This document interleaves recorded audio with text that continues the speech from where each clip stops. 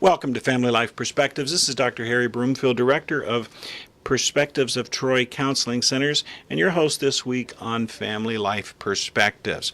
We'd certainly like you to visit our website, perspectivesoftroy.com, and there you can click on the icon for WMUZ on our homepage and visit the podcasts that are being made available about this week, and hear our guest, Dr. William Guy, MD, talking about transcranial magnetic stimulation, or basically neuromodulation. Dr. Guy, all this week you've been talking about the gift of the prefrontal cortex. Can you give us a brief summary and take us into your discussion today? Well, God has equipped us as humans with tools in our head that animals don't have. They have a frontal cortex, but the prefrontal cortex of humans is many times that of other animals. And that's what makes us human. One area that's much larger than anything else is our anterior prefrontal cortex. The anterior prefrontal cortex it's in the front part of our brains, and it's kind of like between your eyeballs, between your eyes and where you're behind your forehead. That's your anterior prefrontal cortex. This area allows you to do task switching. In other words, let's say, for example, you are watching TV, or let's say you're playing a video game with one of your children, okay? And then your spouse comes along and says, "Okay, honey, could you take the cake out of the oven in 15 minutes?" Right? And then they leave. So now you have to do two things. You're playing your game there with your child, but at the same time, you have to be mindful of the clock so that you can stop what you're doing, hit pause, leave, and go do something else.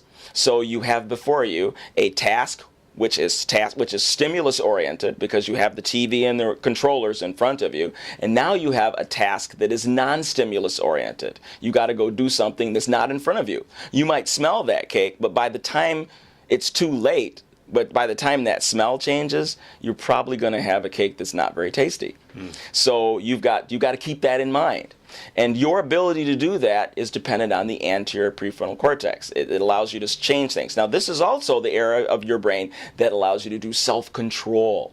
Stop what you're doing now and do something else. When we are children, there is a window of time between birth and about 3 years old when the neurons are making their connections. And if you provide adequate discipline to your child during that time, then the anterior prefrontal cortex develops appropriately. You need to be a stimulus. When the child says, I want to keep playing, I don't want to go to bed, you need to enforce the rules consistently. And by doing that, you are forcing that anterior prefrontal cortex to do its task switching. By electrically activating it, then the glial cells, which are supportive cells to the neurons, they will feed that neuron trophic factors or healthy substances like hormones. One of them is called brain-derived neurotrophic factor, and it will actually enhance the effect of the anterior prefrontal cortex to allow you to pay attention and to do self-control. Now, what's interesting is that in families where the parents aren't together, in families where you don't have consistent discipline, guess what happens to ADHD incidents? Go ahead. Doubled. Really? Doubled. What this tells us is that 50% of our attention deficit disorder is caused by permissive parenting. Okay, parents need to play. In order for the anterior prefrontal cortex to develop appropriately during those first few years, you need adequate discipline. You need authoritarian or authoritative parenting styles in order to stimulate the anterior prefrontal cortex to develop appropriately. I do not believe that people from other cultures, such as Asians, are smarter biologically than Americans. They do better because look at how they're raised. They still have authoritarian parenting structures, and by getting that input, by getting that stimulation during those window period, these children are living up to their potential. Ours are not. And again, we have excellent evidence. 50% of our ADHD seems to be caused by our permissive parenting habits. And we're not trying to point fingers or cause anyone any parenting distress here. No. What we are trying to say is that active authoritative parenting and being very involved in what a child is doing, whether it be from delaying some type of gratification to organizing and structured environments, Yes. whether it be play or regularity of daily events for the child, going to sleep, taking a nap at a certain time,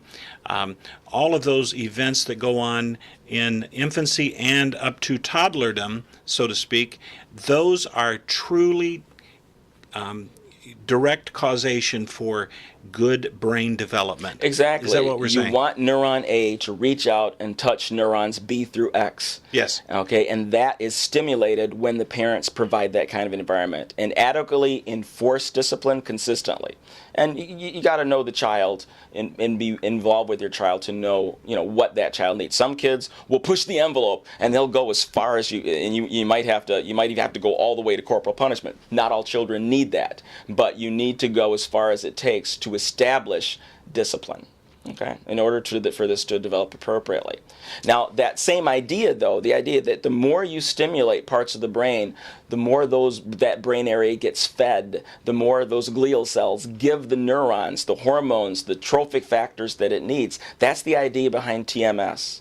When a patient has been depressed for a long time, areas like the anterior prefrontal cortex and the dorsolateral prefrontal cortex and the medial prefrontal cortex, those areas go dark. And they're not doing their job. Your ability to pay attention, your ability to remember what your successes were in the past, to remember your obligations, this goes dark. And the emotional brain runs out of control. When we use that coil, that magnetic coil, to generate electricity in the frontal lobe, and you get like 20 treatments.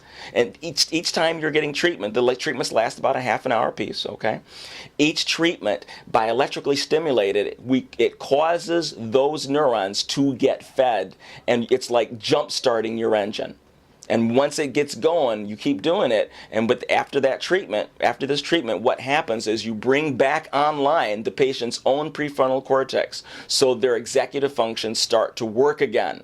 So planning, organization, time management, working memory, strategy starts to come alive, and they're able to have hope that they can solve their problems and use their own brains as tools to solve their problems. And remember, if they're believers, it helps them remember that God helped them before, and they gives them energy to attack the problem anew without the hopelessness. It certainly appears science has taken us to a great new place. Dr. Guy, we mentioned yesterday that TMS, or Transcranial Magnetic Stimulation, is what it appears to be is a chair where a very powerful magnet is very focused, providing energy to the brain over a period of weeks that makes actually the way the brain works much improved. Yes, as a layman's state. Yeah. What you're doing is you're taking the brain that you have and you're waking it up again. Because with chronic long-term depression, the prefrontal cortex has been the activity there has gone down. It's as though the brain says, well, since you're not going to use this, may as well close up shop. May as well go half-time. If you're going to take that much time off, you don't get to be full-time anymore. Well, it's the old cliche, if we don't use it, we lose That's exactly. Right? It's like a muscle. Yeah. It's like a muscle. Yes. Yeah. Powerful stuff. We need to get a word from our sponsor. When we come back, we're going to give some information about how someone could find out more information about this treatment. This treatment is not for everyone, but for those that have had less than hopeful success through general psychiatry and medications Absolutely. that have been. Am I correct? That's on correct. That? That is correct. Yes. All right. We'll be right back. Welcome back to Family Life Perspectives. Dr. Broomfield and Dr. William Guy talking about transcranial magnetic stimulation. Dr. Guy, what does it look like when a patient says, you know what, I've been at my rope's end and I just have been depressed for many, many years. I have been under medications for many, many years. I can name all of the medications, such as Mercedes earlier in the week, the young lady that was in the studio here, had talked about. And TMS had made a tremendous change in her life experience for the good. What can a person, can you just take a minute or so, and what does it look like when a person calls to find out information on this? Well, there's a number, 248-891-8527. That's our intake number, and my assistant there will take your call and get some insurance information and so forth to see if it's covered, because many insurances do cover it, but we need to make sure. And then you're scheduled with an appointment to meet with me, and we go over your situation to determine if you're a candidate. I mean, there are things that I'm going to want to know, such as, are there substances involved? Are you on benzodiazepines like Ativan, Xanax, Klonopin, and those guys? If you're on high doses of those, that's not a candidate, okay? Because we need to generate electricity in certain areas of the brain, and we don't want you to be on things that reduce that. Okay. If it turns out that you have indeed failed on adequate doses of past antidepressant medication, and you still have symptoms, you are most likely a candidate for TMS. Assuming, of course, that you don't have metal in your body. If you have a metal plate in your brain, can't do it, because this is a powerful magnet, just like an MRI machine. Okay. So if you have piercings in your face, those have to come out. Okay, if you have a metal plate in your head, if you have any metal from the neck up that is ferromagnetic, we need to get rid of that, or if we can't have that. Dental implants are okay. If you have fillings, those are fine. But anything besides fillings, we have to be careful of. Dr. Guy, I just wanted to take a minute here, and you'll be back with us tomorrow? Yes. All right, but people can go to our website, perspectivesoftroy.com, go to the WMUZ radio link, and we're putting these podcasts on there for review. Or if you would like, you can call or look on the web for Axios TMS Solutions. That's AXIOS TMS.com. I'm going to say it one more time, AXIOS TMS.com, or 248-891-8527. And this is a facility that Dr. Guy has in private practice to offer this kind of exceptional treatment that's available only in a few places in the state of Michigan, some 20 different locations. Yeah. And we wanted to make that available to our listeners should they be interested in needing this work. So until tomorrow,